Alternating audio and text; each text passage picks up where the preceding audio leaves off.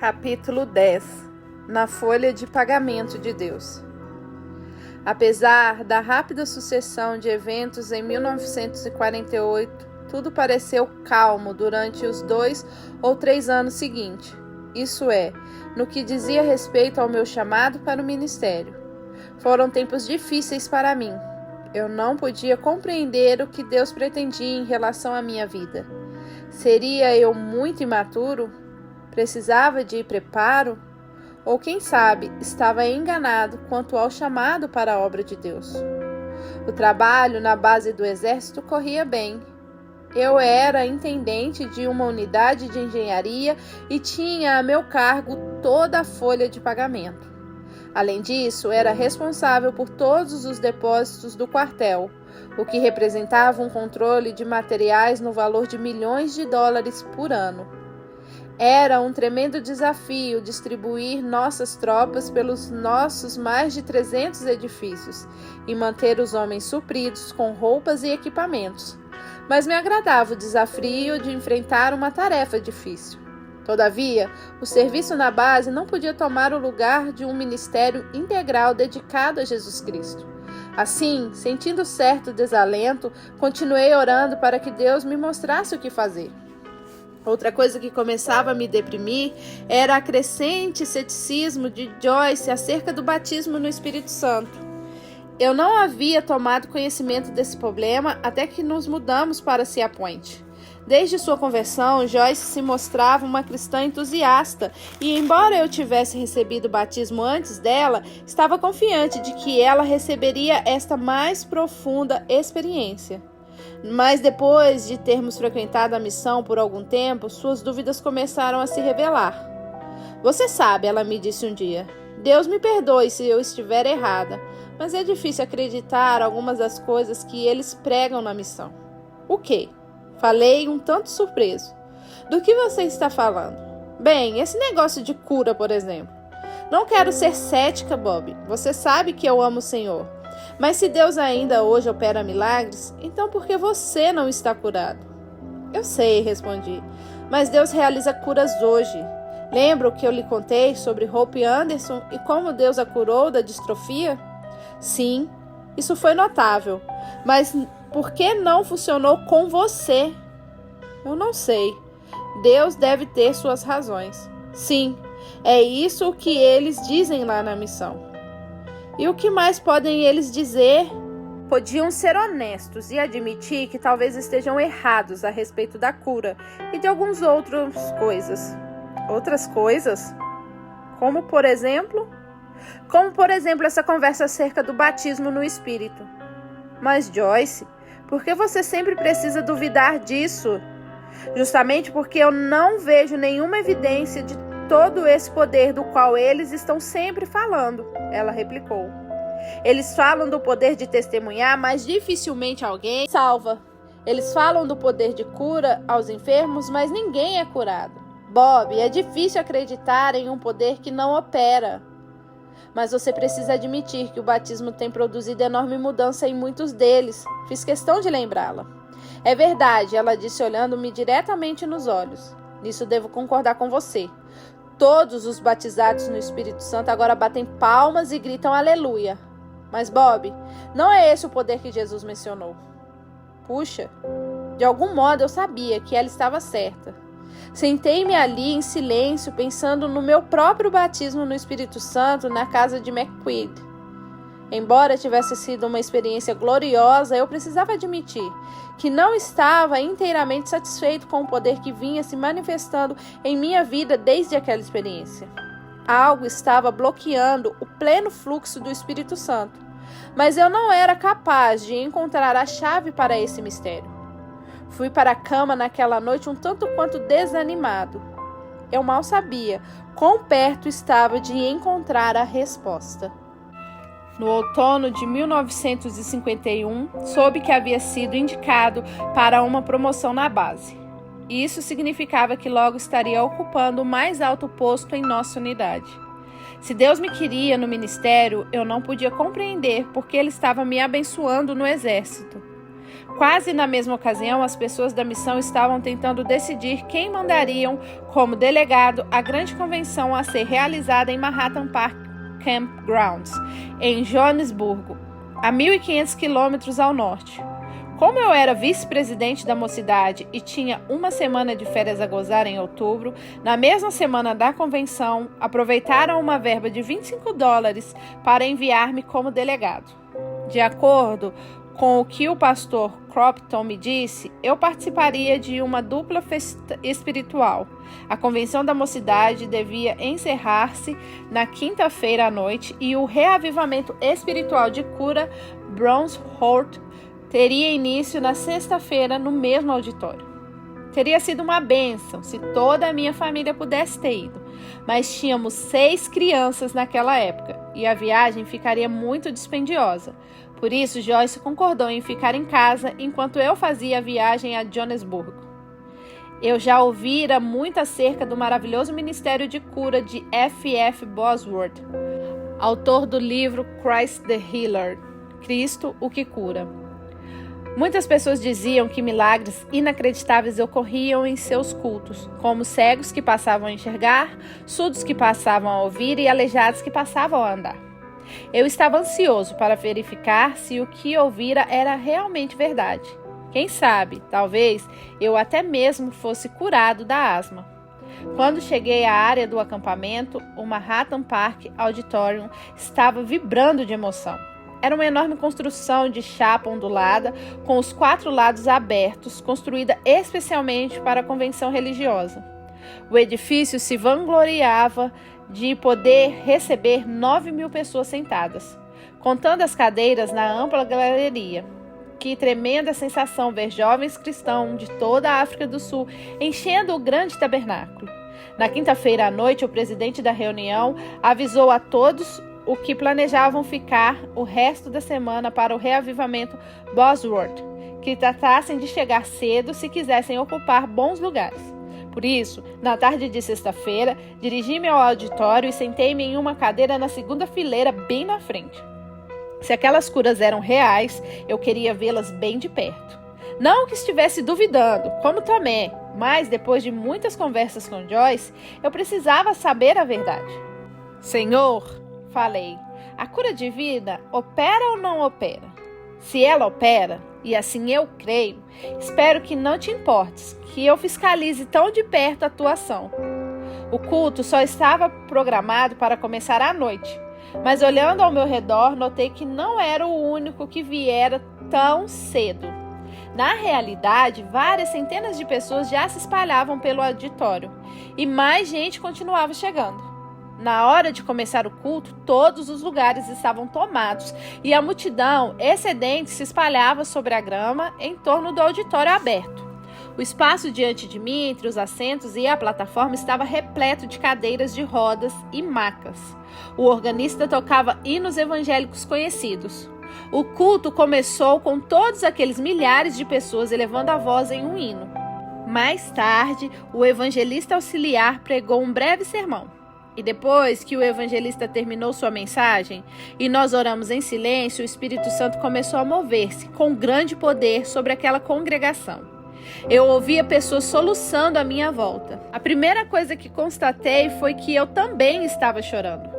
As lágrimas corriam pela minha face e pingavam na minha camisa. Era como se eu estivesse sendo lavado por dentro e por fora, pelo poder de Deus. E em seguida, Deus falou daquele modo peculiar que não posso explicar. Robert, esta noite eu chamo você para trabalhar para mim em tempo integral. Chamo você para abandonar toda a sua segurança terrena e pregar meu evangelho, programando a mensagem de libertação, levar o evangelho aos pobres, curar os enfermos, expulsar demônios. Num lampejo, vi o que vinha me impedindo de andar no Espírito.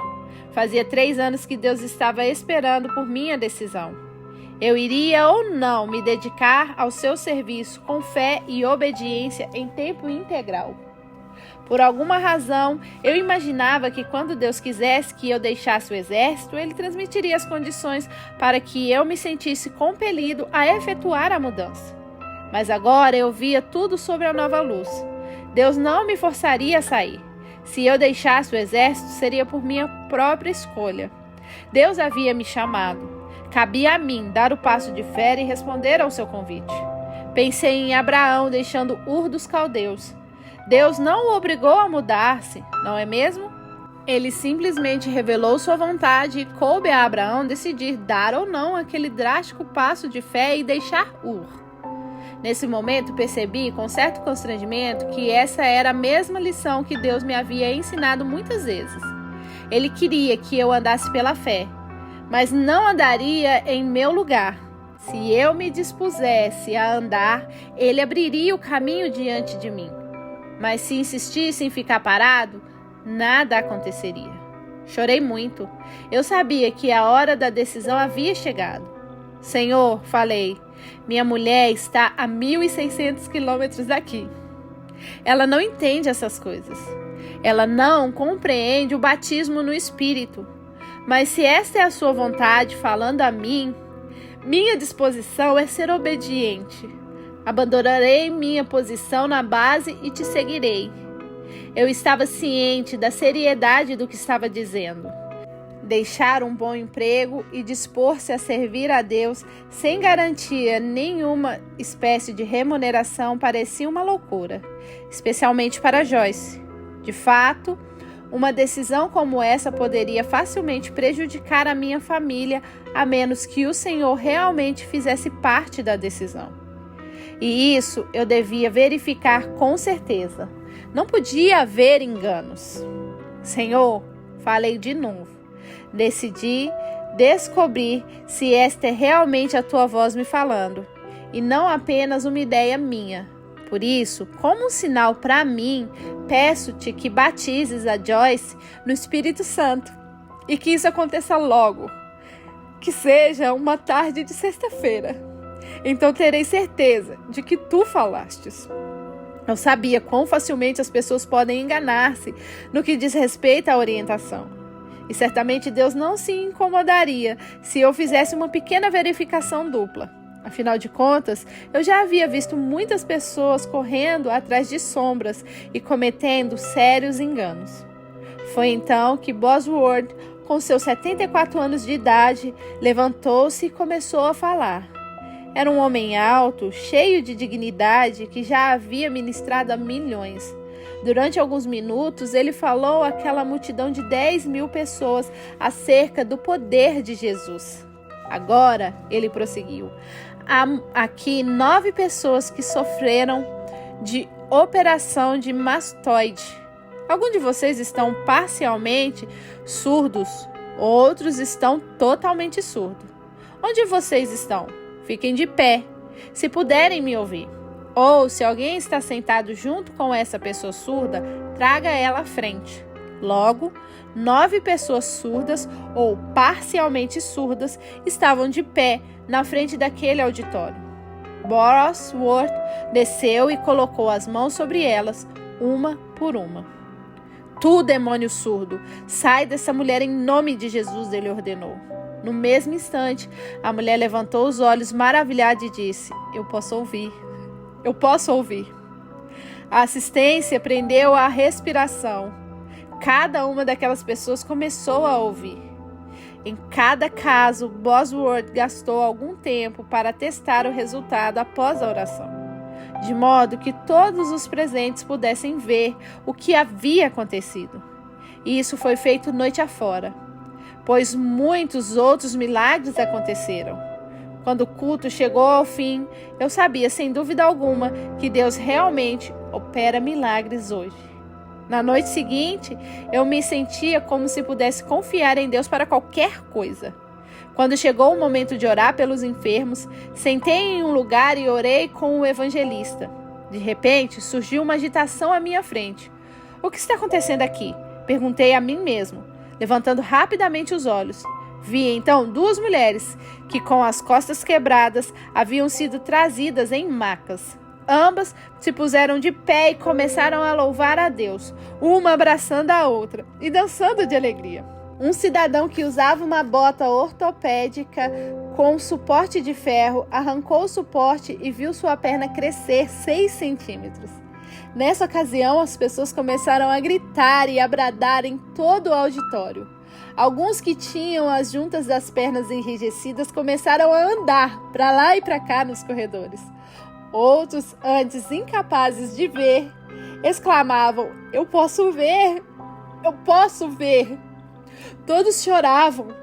Eu jamais havia visto tal onda de poder curador de Deus. Ninguém havia visto. Logo, muitas pessoas se levantaram de seus lugares e foram para a frente orar. Antes que o culto terminasse, quase 2.000 pessoas haviam sido salvas. No sábado à noite, ocorreram muitos milagres. Mas para mim, a coisa mais empolgante foi o anúncio de que Bosworth estaria na cidade do Cabo no final de semana seguinte. Louvado seja o Senhor, murmurei. Levarei Joyce. Se isso não a convencer, nada o fará. Antes de deixar o auditório naquela noite, abri caminho com dificuldade através da multidão, esperando apertar a mão de Bosworth. Mas parecia que todo mundo tivera a mesma ideia e por isso tive de esperar em uma longa fila. Isso não passa de perda de tempo, pensei. O máximo que conseguirei será um Deus te abençoe. Não obstante, quando finalmente cheguei diante de Bosworth, ele agarrou minha mão, apertou-a calorosamente como se eu fosse um velho amigo e começou a fazer perguntas a meu respeito. Quando eu lhe disse que Deus me chamara para um ministério entre os pobres na cidade do Cabo, ele demonstrou grande interesse. Irmão, você poderia vir aos Estados Unidos um dia desses? Disse. Poderíamos juntos fazer alguma coisa fantástica. Bem que eu gostaria, respondi, um tanto surpreso com a sugestão. E eu também, ele disse. Gosto de encaminhar jovens ao ministério. Isso é tão importante para mim quanto as grandes cruzadas. Irmão Bosworth, pode contar com isso, respondi. Um dia desses irei aos Estados Unidos para visitá-lo. Ótimo, ele falou sorrindo. Eu gostaria muito de preparar outro Timóteo. Imaginei. Disse a mim mesmo ao afastar-me de Bosworth. Ele realmente quer me ajudar. Viajei de volta à cidade do Cabo mais seguro que nunca de que Deus me havia chamado para o seu trabalho. Quando cheguei em casa, fui entrando porta adentro, ansioso por contar a Joyce tudo o que havia visto em minha breve conversa com Bosworth. Você precisa ver o que eu vi. Comecei a falar impulsivamente. Este companheiro, Bosworth, é o maior que já encontrei. E ele estará na cidade do Cabo, no fim de semana. Você vai ouvi-lo. A sua asma sarou? Ela perguntou. Bem, não, mas uma porção de gente foi curada. É isso o que eu não entendo. Todo mundo é curado, menos você. Mas eu serei curado, respondi. Se Deus tem feito isso por outros, fará por mim também. Talvez. Quando Bosworth chegou à cidade, Joyce concordou em ir. Acho que estava ansiosa para ver o que me havia emocionado tanto. Chegada a hora, ela aprontou os meninos e saímos para o culto. O poder de Deus se manifestou tal como em Joanesburgo. Joyce mostrou-se muito interessada. Quando voltamos para casa, perguntei-lhe, então, o que você acha?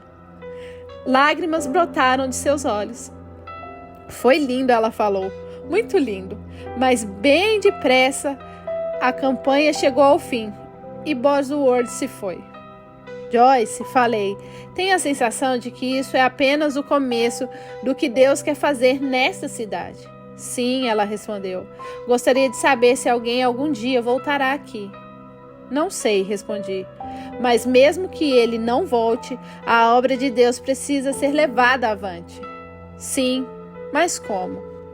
Vou escrever algumas cartas a T.L. Osborne, ou a Oral Roberts, ou quem sabe a Billy Graham. Eu os convidei para que venham à cidade do Cabo e realizem campanhas aqui. E foi isso que eu fiz.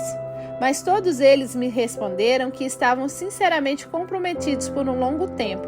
Então, em uma quarta-feira, Deus me falou com uma gentil reprimenda. Vá você mesmo. Não o chamei para pregar meu evangelho? Senhor, Perdoe-me, falei. Eu o farei, mas não deixo o meu emprego na base enquanto não batizares Joyce no Espírito. Fizemos um trato, lembra, Senhor? No entanto, eu sabia que precisava obedecer a Deus se quisesse ter um relacionamento com Ele. Por isso, naquela noite, engatei um pequeno gerador à traseira do meu caminhão emprestado, dirigi-me a um bairro pobre e comecei uma reunião de avivamento ao ar livre. Como não havia eletricidade naquela área, as luzes elétricas se constituíram em uma grande atração. Uma menina surdo-muda de 9 anos de idade foi trazida à reunião. Em nome do Senhor Jesus Cristo, expulsei o demônio da surdez. Quando as luzes foram desligadas e estávamos prontos para ir embora, vi um homem com sua mulher e 5 filhas, todos vestidos de branco, correndo pelo campo. O homem estava muito agitado. Senhor, ele falou, eu sou pai de uma menina surdo-muda, por quem o Senhor orou essa noite. Nós somos hindu. Minha filha tem 9 anos e eu nunca ouvi falar até esta noite. Eu sei que o Senhor orou por ela em nome de Jesus. Aquele homem, sua mulher e as 5 filhas se ajoelharam e aceitaram Jesus como seu salvador pessoal.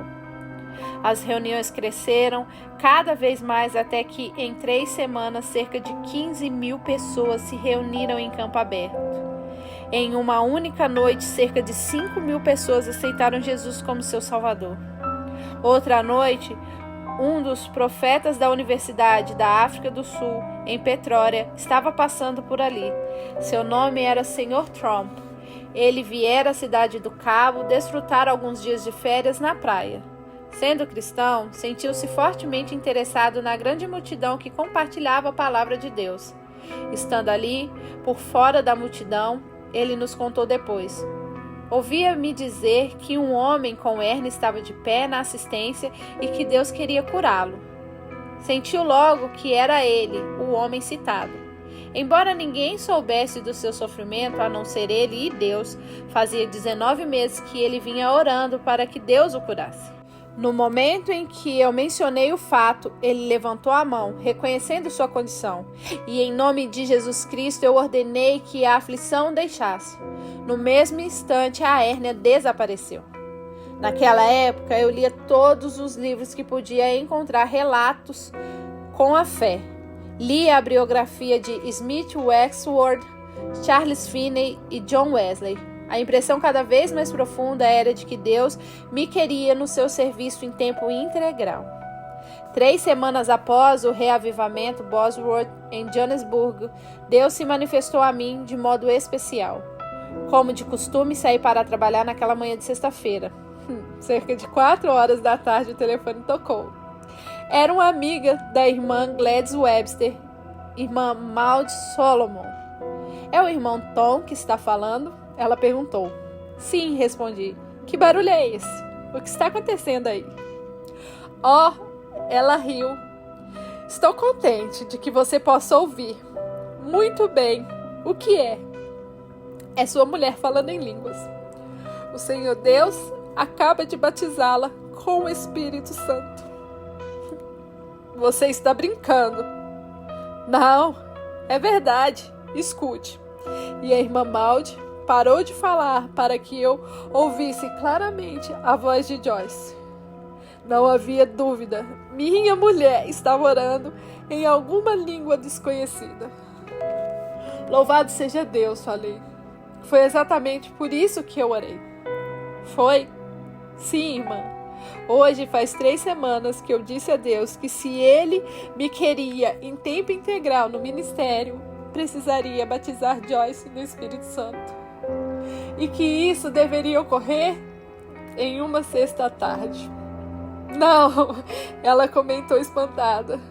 Você fez tal oração? Sim, irmã.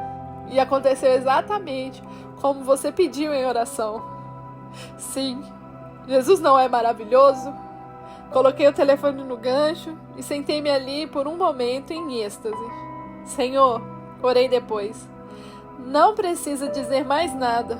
Eu te obedecerei. De imediato, me dirigi ao gabinete do comandante. Por coincidência, ele era meu cunhado. Major, comuniquei, Vim solicitar baixa nos meus papéis. Quero sair no dia 31 de dezembro. Você está dando baixa? Por quê? Vou entrar para o ministério. Seu demônio maluco, você deveria pensar melhor. Será que não entende que escolhi você para a promoção?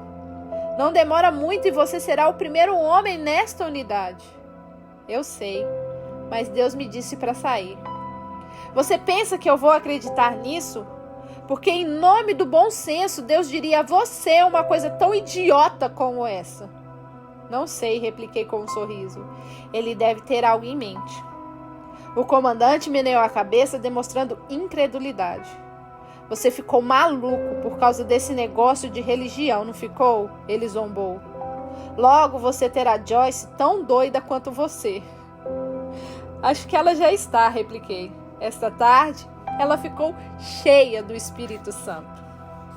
Aborrecido, ele se virou para sair do seu gabinete e falou: está certo. Se você quer dar o fora, esse estúpido engano é seu.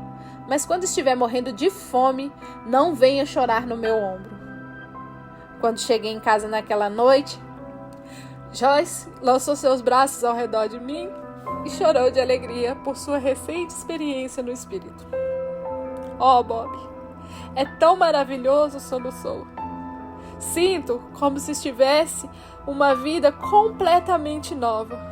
Sim, assim será, eu disse rindo. Mais do que você pode imaginar.